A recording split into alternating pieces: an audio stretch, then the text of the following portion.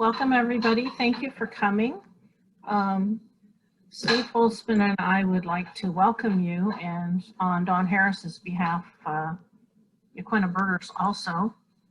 I'm Dawn Viascusa. I'm president of the Audubon Society of Lincoln City, and I was really excited when Steve contacted us and said he'd like to do a eBird presentation. It's something that our members have asked for a few times, and it was a little last minute because we're thinking about getting ready for the big day that's coming up a week from Saturday. In 5 days. It's Saturday. Yeah. 5 days. Yeah. Wow. Mm-hmm.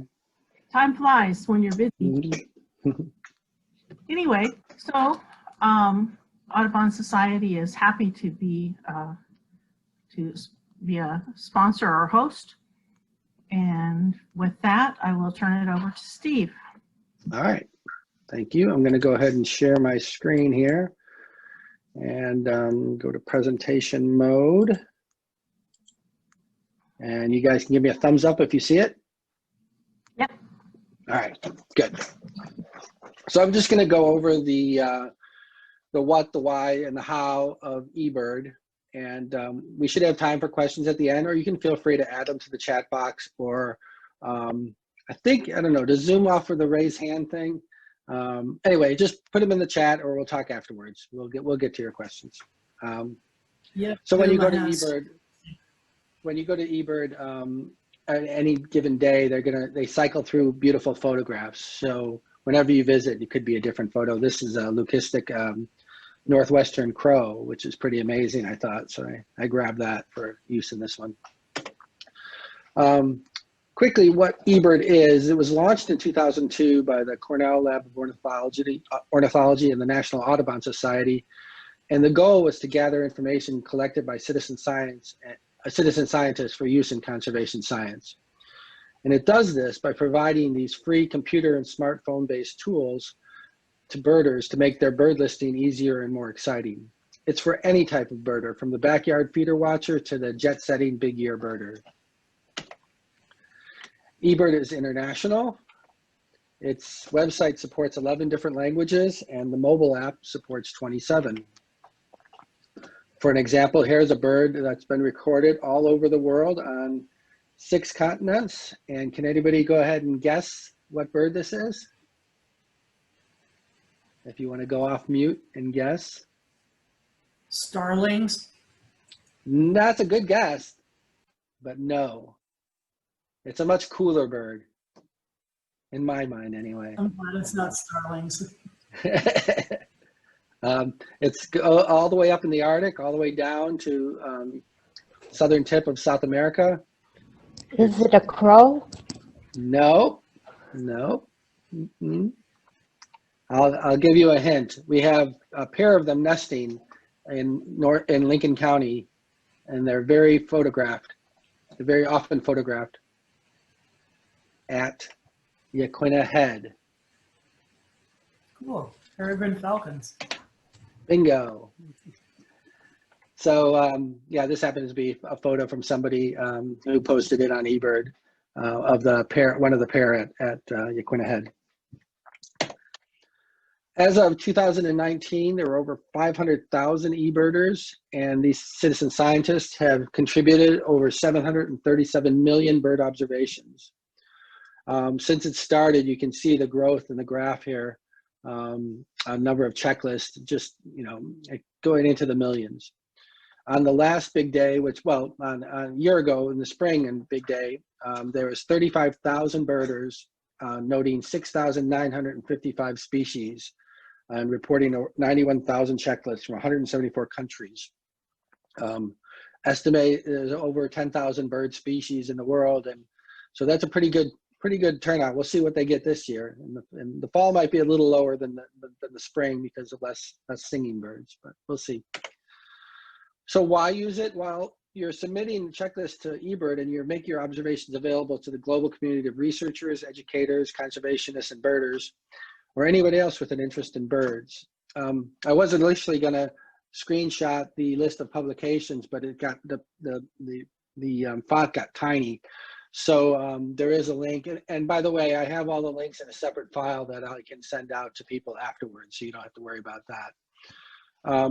Here's an example. eBird's been used to look at the effectiveness of protected areas for conserving tropical birds, looking at range expansion of a native bird, such as the Anna's hummingbird, looking to define and track restoration targets in urban areas, and looking at the range expansion of a non-native bird in the United States, Egyptian goose in this case. One of the other reasons to use it is we can create next generation range maps. We're all familiar with the range maps on the left, which was from the Peterson Field Guide. In the back of the Peterson Field Guide, that's where the range maps were. And they showed your breeding range and your winter range and your year-round range. Well, now we're able to, with all the data that's in eBird, we'd be able to create range maps like this. For example, this dark gray represents areas that are very rarely eBirded, so we can't really add to the knowledge of distribution. Outside of the range is showed with gray. The breeding range is shown in red. The non-breeding range, also known as the wintering range in some cases, is shown in blue. And then we have migration shown in two different ways: pre-breeding migration, which should be spring migration, and post-breeding migration, which is fall migration. And this is an interesting map. This happens to be Rufous hummingbirds, and they don't follow the same migration path going north and going south. And going south, they kind of veer over a little bit to the east more, where some of their young do. We can create these really cool maps that show not only distribution, but relative abundance, where you can see that by the darker color, the more birds are present. So if we look at the breeding range, you know, some of these dark red areas are areas of really high significance for breeding habitat. And same thing with the green pre-breeding migratory. More of them are over on this western edge than on this lighter green edge. These are pretty neat. These are animated abundance maps. I'm going to go ahead and click this, and hopefully it will run in the same screen. Let me know if it does. Do you see a map that's cackling goose? No? Okay, hold on 1 second. I will show you that right now there. Okay. Yes, now? Okay. So let's watch what happens here. This is you'll see on this timeline up here, it shows you the week of the year starting in January. So this is cackling goose in January. And as spring comes, you can see them moving up north to their breeding areas, and then they're breeding. And then in the fall migration, you can see them start descending down and into our area and in the California Valley, the Central Valley of California. But I really think these are pretty darn cool maps now that they can do. This is all eBird data and modeling of the species distribution. Let's go ahead and go to the next one. All right.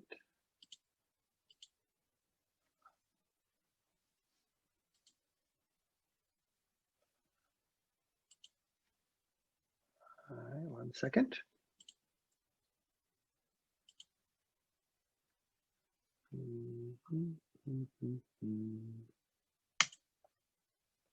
Okay, that one.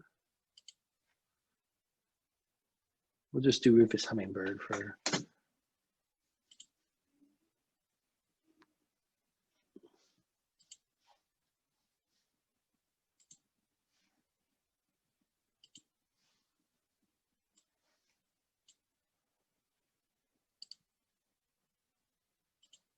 Did you see? I'm sorry. Hold on a second. I got the screen sharing messed up a little bit. I'm going to go back there. Anyway, those distribution maps are really cool, and you can go to the eBird website and see that. I'm showing the wrong one, ain't I? Okay, hold on. Oh boy, I'll get it right one of these days.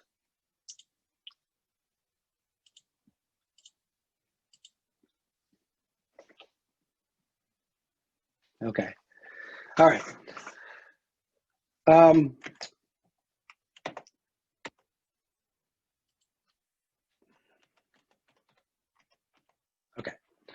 We can also look at local abundance. We can select a location. In this case, we chose Lincoln County, and we could take a look at how the distribution or the abundance of the bird species is over the year. And you can see that if we look at cackling goose, we can see that it's more abundant in the spring and the fall, less abundant in the summer months. And we could look at a range of species, and we can look at an area that we're considering going to visit and kind of see what species would be likely to visit there, to be there. We can also look at these line graphs that are made, and we can see where this peak is. And I brought up cackling goose because this Sunday was a big flight of cackling goose. We heard them flying over our house and counted 700 at Yaquina Head flying over. And you can see that it's reflected in the eBird data that the high counts are in the spring, and right here in 10-15 is the peak. So kind of interesting. So let's go over the how to do it. The first step would be to create a Cornell Lab account, and you simply go to eBird.org. You enter in your information, choose a username and password, and you create your account. But it is not expensive. In fact, it is free. It's zero cost to you. So once you get your account, you go ahead and you sign in, and you go to this screen, and that's what comes up. And you can see that I'm signed in here, and you just click submit. You click submit. Then you identify the location where you made your observations. So I was just doing an example from Chicago. So I typed in Chicago and nothing came up. Well, why is that? Well, that's because it's looking for the county. So you have to kind of know the county where you're birding in, or you can select an entire city, state, or country, but you want to kind of enter in the county if you know it. So go ahead and do that. You enter in Cook, for example, and up comes a map of the Chicago area. And it says, okay, so where were you? Well, I can go ahead and type in an address up at the screen here, and it'll zoom me in to where I told it to go to. So that's the first step. The second step is to put a point on the map where I was. So if I was over here, I would click a point there, and it would ask me to write down the location, to describe the location. And so I do that. Then I'd hit continue. And that's how I'd use it if I had never been there before. If I'd been there before, I click one of these blue dots, and it pops up the information on where I was. So step one, I enter my address. I see that I've entered data there already. Click that button and hit continue. And then it's going to ask me the date. So I type in the date. It's going to ask me what type of observation. So if I was, for example, in that Wrigley Field example, I was just maybe watching a ball game and happened to see a bird. So that I wanted to enter. So I would choose incidental because birding wasn't my primary purpose, but I did note a bird and I wanted to enter it in eBird, and that's perfectly fine as long as we identify the observation type.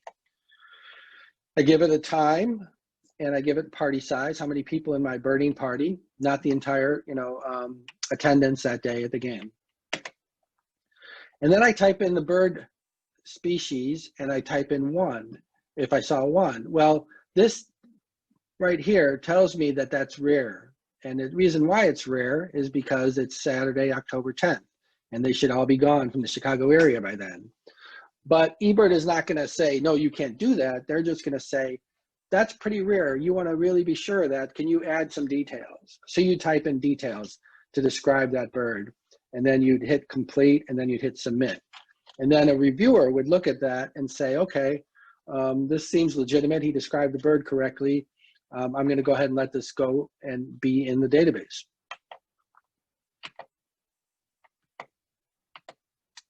So let's do this again, but let's do this in live mode so we can get an idea of how it is to do it live. So I'm going to stop the share here, and I'm going to bring up eBird on this other screen.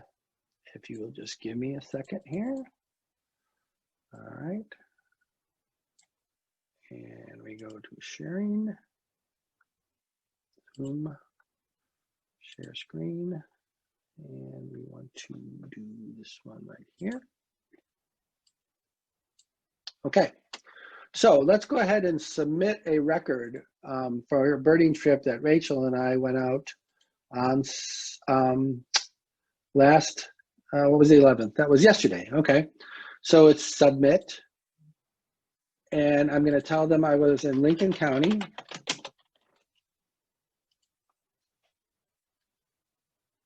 And it's going to bring up a map of Lincoln County. And I'm going to zoom in to where I was. And I was here at this hotspot. So this is called a hotspot. This is one that a lot of people visit. And so we want to collect data for this particular road here. So I click that and then I hit continue. And that date was on the 11th. And I was traveling down, we were traveling down the road. We started at 4:45 p.m. We were out for 15 minutes.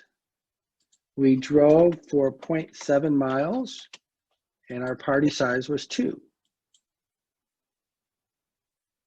And now it's time to enter the birds. So we saw, and the way that it sorts it for you is it says, these are the most common birds. We'll put them right up on the front here, so you don't have to go hunting and pecking for them. So we saw 10 harlequin ducks. We saw 2 surf scoters. We saw 1 horned grebe. We saw 3 western grebes. We saw 1 Heermann's gull, 1 mew gull, 17 western gulls, 8 California gulls, 1 herring gull, 1 definite glaucous wing gull, and 7. And I can't say that they were hybrids, so I don't want to enter hybrid there. So what I want to go here is I want to type in western gull and see what my choices come up. And my choices comes up with a slash. And what that slash represents is I wasn't able to distinguish between western and glaucous wing for these, but I'm going to include 7 of them.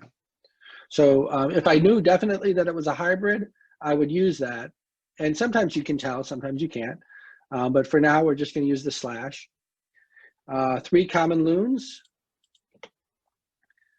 We had 1 Brandt's cormorant, or we had 3 Brandt's cormorant. We had 36 pelagics. We had 11 double-crested, and we had 1 western meadowlark. And that was our checklist. So then it asked me, am I submitting a checklist, complete checklist? Yes, I am. And I just hit submit. And there we go. There's my checklist. Now, we did have some pictures, so I'm going to go ahead and add pictures to this. So I'm just going to type in add media. And then we have a picture of a mew gull. So I'm going to say add media there. And I'm going to navigate to where I was. And there's the mew gull. So we add that one. And I think we had a picture of the Brandt's cormorant. So we're going to go ahead and list that one too. So we go to Brandt's cormorant, we go to add media, we go find that bird, and up. Okay, so that one was too big. So that one would need to be resampled, but it's a good photograph of all three cormorants, and the Brandt's has got bands on it. So we'll fix that later. I'll go to a photo processing software and make the size smaller. So right now we've uploaded that photo, and now I can hit done. And so now that checklist is complete. And the reason why you're doing it on the web is maybe you're a birder who goes out and writes down their birds on a piece of paper, or maybe you have a little piece of paper next to you at the table while you're watching your feeder and you write down the birds. And or when, so you're coming back to the house and you're editing it on the computer. There's another way to do that. There's a different way to do it if you're using your phone. So I'm going to show you that now. I'm going to show you that if I go to this one here. Okay. And let's make sure that's there. Okay. So this is the mobile app. Now, hold on. I got to pause. That was going a little too fast. Okay. So when you go to your phone, after you've downloaded the app and loaded on your phone, it creates an icon called eBird. You click that icon and you tell it what time you were out. And you can make it earlier or you can make it exactly the time that it is. It figures out where you are And based on where you are, these are the likely species you would encounter. And so you simply type in one space, and you can do the 4-letter codes, or you can type in the entire word. It'll come up for you. You just click the button, and you can do this different ways. You can do it like I'm doing, one fox sparrow, or you can type in one FOSP, and it comes up. And then once you get the birds in there, you can hit the cancel button, and what it'll do is it'll just show you the birds that you have. So say you've been birding for half an hour, and you've probably seen all the birds you're going to see species-wise, but you want to increment them as you go. So you can simply bring up this, and you can click that one and click that one there, and it automatically increments them. Or you can click this and change the number. You can add the number. Or I can do a chestnut-backed chickadee that wasn't on the list before, now it is. And so you can do that all like that. And then once you get all your species done, it's very simple. You just hit stop. You say you're done with the track. You can change the number of observers, and then you choose your location. I choose my home in this case, and I hit submit. Boom, done. I don't have to do anything on the computer unless I wanted to add photos later on. But the app is a really great way to enter your data if you're comfortable with that. So that's basically how you get your data into eBird. Now, the next part of it is going to be, okay, now that we have our data in eBird, let's do some exploring of data on eBird. And this can be, you can use this if you are, if you can use this whether you are whether you've added any data or not. This is not just your data, this is everybody's data. So we'll start off with explore, and we're looking at explore species. So I can type in a species here, we're typing cackling goose. And then what comes up is this one page that has all the information on cackling goose. And don't worry, it's going to be zoomed in. So we're going to start with statistics. So because I've logged in, it knows that it's who I am. So it makes this page more specific to me. It tells me that I have 20 records of cackling geese. In all of eBird, there's 288,000 records. I have 2 photos, and there are 18,000 photos in eBird. And audio is something new that they've done. And in this case, there are 200 recordings that people have made, sometimes with their iPhones, of cackling goose flying overhead, making their distinctive call. So if I click the number 20, I can see all 20 records of cackling goose that I've entered into eBird. If I click the number 2 for photos, I can see both of the fantastic photos I have of cackling goose in eBird. Next part of exploring, we can explore the weekly bar chart. I've told you that a little bit. I've showed you that. We can type in the county, and we can see what the bar chart shows for distribution. We can also look at the map, and we can see all of the points for all of the records of cackling goose in the county or nationwide. Nationwide, it's going to give you grid cells until you zoom in closer. You can click one of these individual buttons, that's individual sightings, and for example, I clicked the one for Jetty Way, and that came up all of the checklists sorted by date for cackling goose. And if I click a checklist, and it can be mine or it can be anybody else's, I'll get the information on that species. Like, did I include a photo? How many other birds did I see? What was my track? This time the app does a tracking where it shows you how far you walked and shows you where you birded. If that makes you nervous, you can go to your checklist tools and hide from eBird output. So we're not going to force anybody to be to be nervous about their privacy. We let them set their privacy the way they want it. Another one that's interesting in exploring data is exploring the media. So we can go ahead and see all of the photos people have uploaded of cackling goose in eBird. In this case, I have it filtered by location. I could also put in different filters for age, sex, behaviors that were going on. If I upload a photo to eBird, I can tag it with different different characteristics that the database will know about. Another thing we can explore is regions. So let's explore Lincoln County. So when you explore Lincoln County, this is the page that comes up. It shows you recent visits. It will show you the top hotspots. So this is good for an area that maybe you're not familiar with birding. You can say, I'm going to be driving through Lincoln County. Where would I see most of the birds? I mean, you know, where's a good place to see lots of birds? The first one that comes up is, of course, Hatfield's Marine Science Center and Estuary Trail. And that's a very popular birding place and has 249 species recorded there. And we can click that name and we can see more information about it. We can see what the species, what the latest species were seen. We can look at recent visits. We can look at the top eBirders for that, but we're looking at illustrated checklists for now. And so this shows us every bird that's been seen and whether it has a photograph or not. And it'll show you, sometimes it picks the best photo based on number of ratings. Sometimes it seems to be a little bit more arbitrary. I haven't quite figured out why it decides to choose the photo that it chooses. There's something new here that is species needing photos. So it takes a look at all of the species recorded at Hatfield Marine Science Center and says which ones don't have photographs. So, and then it brings up a list of those. And so if you were so inclined, you might think, oh, well, this might be a fun weekend thing. I'm going to go to this hotspot and I'm going to try to get some photographs of species that don't have them. And then you can have your photo on the illustrated checklist. Another thing we can do with these exploring data, we'll explore the bar charts for Lincoln County. And those look like this. And that's a close-up view of what we talked about a little bit earlier about abundance.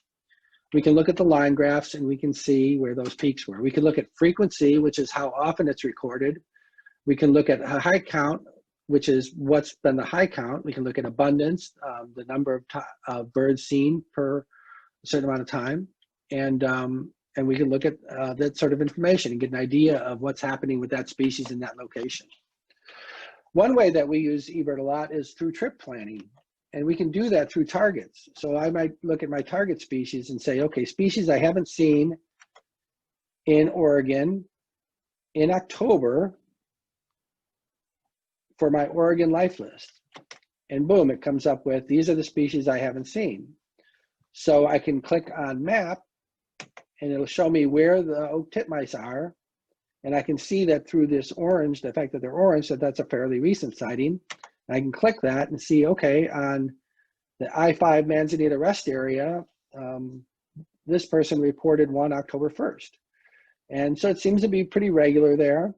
So then if I go to that checklist, I can click on the map icon there and I can have directions to that location.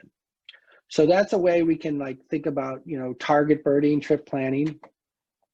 We can also use it, another target is photo targets. It's the same idea. Show me those birds that I don't have a photograph of yet. And in this case, because I did this yesterday, it came up with Mugo was one of my needs. So it shouldn't have that there if I went back to there live because I just uploaded a Mugo photo. Alerts you can set up on eBird include things like needs alerts. So if you really want to, you know, beef up your Lincoln County list, you would subscribe to the needs alert. I get it daily. You can select hourly if you'd like. I also get one for rare birds, and they look something like this. It'll list all of the records, all the bird species you haven't seen, and give you details about, or if you click details, give you details about the sighting. Click the date and you'll get the location and you can do directions and all of that. The rare bird alert doesn't care about my targets. It just lets me know what's rare and being seen in a particular area. You could use it to explore the top 100, for example. And if we look at this, here's the top 100 for Lincoln County in number of species. And we can see where we are in relationship to other birders, if we are competitive. And it's just kind of a fun thing to do. You could also look at it from a, it's fun to look at it nationwide too and see, you know, and then select 2020 and you can see who might be doing a big year and how their progress is going. Quick note about privacy. You notice that in all of this, it shows my name here. And I don't have to, in order to use eBird, I don't have to have my name. I can choose anonymous eBirder. So if you were nervous about having your name out there and what you're doing and where you're birding, you could just click anonymous eBirder, and that's what will come up. You can also go to your profile. So profiles, a quick note on profiles. You notice that some of these people are listed in blue and some are in black. If you're in blue, that means that your profile is public. So my profile is public. I don't particularly care if anybody sees that, you know, I've birded over these areas and what date I birded, and these are my pictures. It's kind of maybe the social media of birding in a way. You can't contact people through this. You could, of course, put your email address in your little profile paragraph here, but there's no way somebody can contact you via eBird unless you actually specifically put your email address in there. This is a good way to look at your own kind of progress in birding, and I look at this and I think, oh, I need to make a trip through the middle section of the country and get these guys away from gray and into some sort of color. And because, you know, you got to get your country map colored in by the time you pass on. But I click Oregon and I can see the details for Oregon. I can see that I didn't bird enough in northeastern Oregon, and maybe I need to do a trip out there and see some birds out there. So that brings up my eBird, which is sort of their portal for your information on eBird. So you click my eBird, and it'll tell you how many species you've observed worldwide, how many in the United States. You can change your region to get details. This all will change based on your region. Right now it's selected United States and how many birds, how many checklists, how many species with photos, what my latest checklists were, how I progressed into, you know, how is 2020 different than 2019? Looks like in 2019 I had 239 birds. So I need 10 more species to make that the same.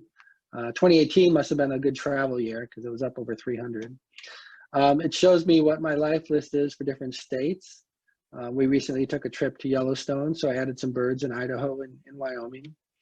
And it's just sort of a way to kind of, you know, have your birding life on a quick glance. So say that you've done this and you've entered all your data in eBird, and you're nervous about, well, what if eBird disappears someday, and what if they want to charge me for my access? Well, you can click this button called Download My Data, and all the data will come to you in a spreadsheet, and you'll have all the data you submitted to eBird at your fingertips on your own machine, which I highly recommend, just from the sense that, you know, it's always good to have your data with you. So that was a little intro to eBird. We can answer some questions after. I want to talk quickly about the October Big Day. This is coming up on Saturday. First step is to get an eBird account if you don't have one already. But on Saturday, you can contribute and participate in any way that you feel like. You can bird for 10 minutes at your feeder. You can go out from midnight to midnight and try to do yourself a big day. And then you just go to the website of eBird and enter your data as normal. And you can watch the sightings roll in on the October Big Day page. And so I think it'd be a lot of fun, and we can kind of, you know, revisit this after the big day. We can talk a little bit about how we did as a county, how many checklists were submitted, how many species we found, all very interesting things. And we can learn a lot about bird distribution through eBird.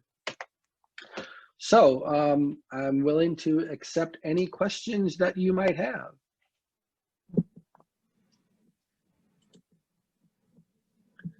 Let me go to the chat and see if there's any chat. Nope, okay.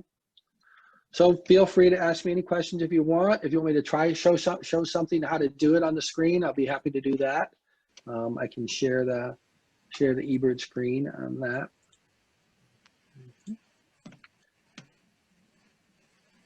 Very nice presentation, Stephen. Thank you. That's, I didn't know that was there. This is somebody's dream site. Yeah, there's a lot there. I think they got a MacArthur grant to get this started or something like that. Somebody got a very big, oh, it was an NSF grant. That's right, NSF grant to get them started back in 2002. That's money well spent. Yeah, I think so. I think it's a remarkable database. Things that I didn't touch on, for example, when you do this explore media, explore pictures, you could do things like, you could say, I want to see what western sandpipers look like in Lincoln County in August to November. And all you'll see are the photos that were taken in August and November in that county. So, you know how some field guides have different plumages, and you're like, you know, when is the bird in this plumage? What does it look like? And some birds look differently from region to region too.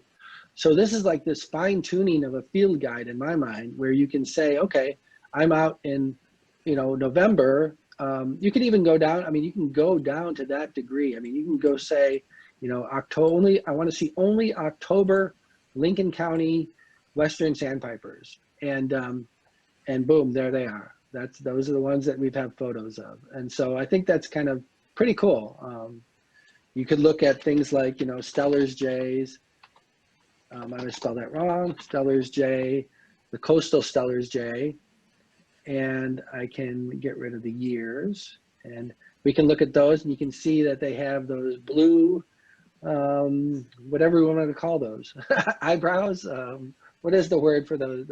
I'm sure I should know that. That feather track. But anyway, so anyway, I like the explore. You know, I could spend all day, you know, exploring media of different birds. You know, you could even go, you get rid of all the filters entirely, and let's see, I'll show you. That's kind of neat. I did this the other day.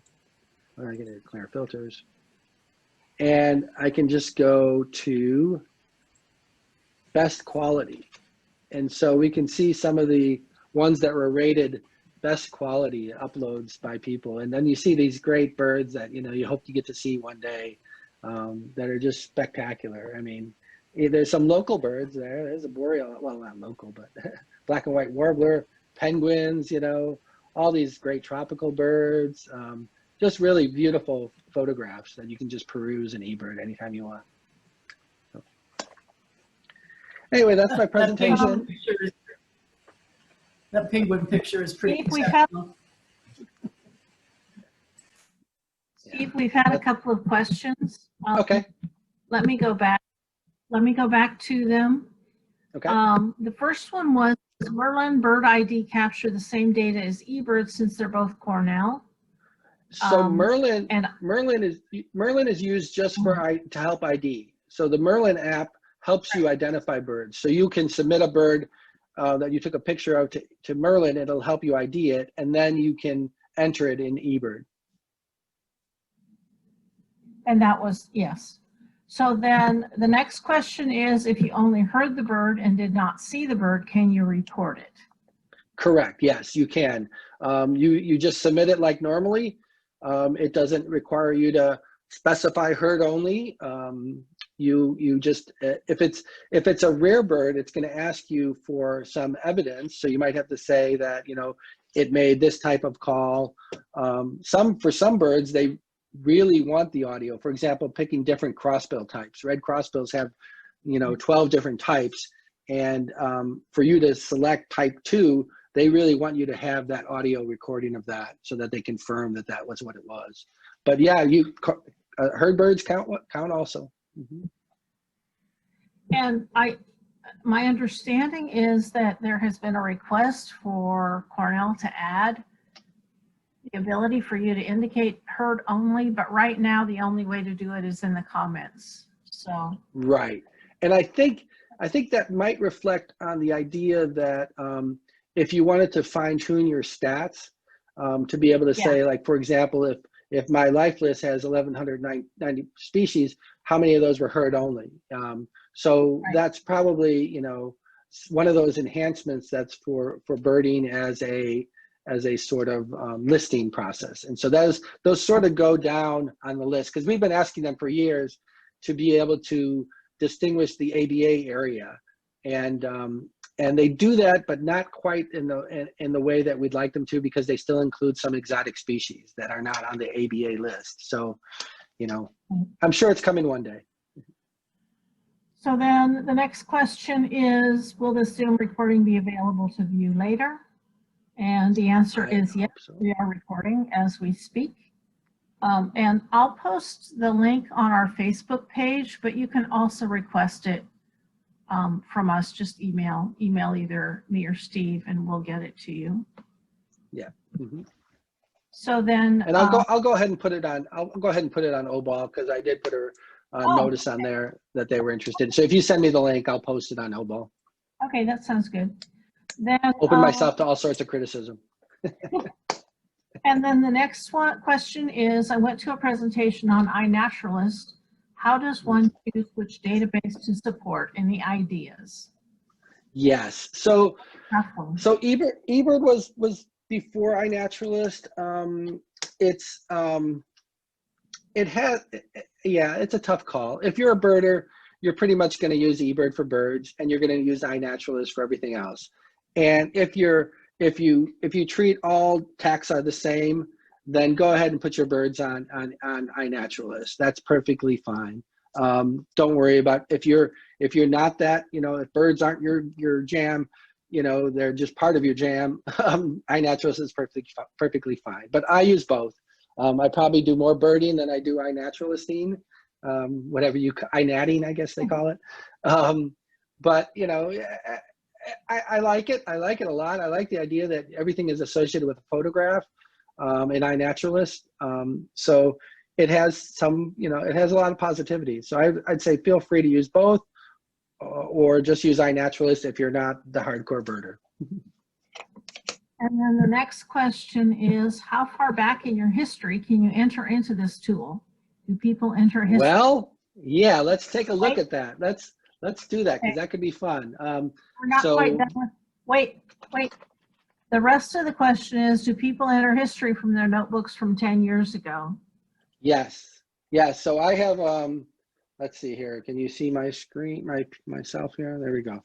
So this is my bird list that I started in, I don't know if you can see that, 1986. And when I first started eBird, I went ahead and entered all of these birds into eBird. Because I wrote down the date and location, and that was all I needed to do a historical list. So I entered all of my birds there that I had. And as far as how far back it goes, you can go ahead and there are eBird records for birds that are no longer with us. So for example, 1906, Frank Chapman's data was entered by some group that was, trying to get all of the historical data into eBird. Cape Romaine track. So we've got Bachman's warblers here. Dennis Forsyth, he saw one in 1962. So he went back and he entered his data there. This is one I helped. Well, I don't know where. Let's see where Paul's data is. I don't know. A birding mentor of mine had seen. There it is. So Paul Sykes was a friend of mine. Is a friend of mine, and he was my birding mentor. So he had a record of Bachman's warbler, and we were able to go ahead and enter it in. And he has his note about what his experience was finding the bird. And so it goes way back. He included his postcards he had emailed when he was a young man. He emailed them to somebody local and said, if you ever see a Bachman's warbler, send me a postcard and let me know, and I'll come down. So this is before email. So he got the postcard back that said, yep, they're here this year. And so he hitchhiked down to South Carolina, and we went ahead and put it in eBird for him. So. And I went back when I first started using eBird, I went back with my lists and did the same. Yeah, once I saw that, I was like, I got to get mine in there. And it just, one day you put on some music and you just start entering data, and you're done in no time.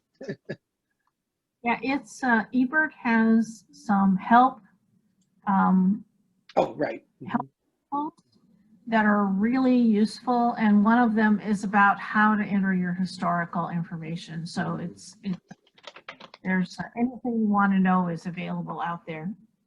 Yep. They have a bunch of stuff on eBird, on YouTube, to explain how to do things. And I didn't include it in this one, but there is even, for all of us Northwesterners who are naturalists who probably have Subarus, there's a Subaru app that for your Subaru that you can use to find birds with eBird. And you can go ahead and enter you can just hit your car will direct you to birds that are seen in the area. That's awesome. Yeah, so that's fun. Anyway, I'll have all those links available. Any more questions? All right. Thank you guys very, very much. Thank you, Steve, especially for showing us all the tips and tricks. And don't forget, this coming Saturday is big day. So if you don't already have an eBird account, sign up and enter what you see for, like Steve said, as little as 10 minutes to midnight. Sounds good. Thanks, everybody. All right. Thank you. Good night. Bye.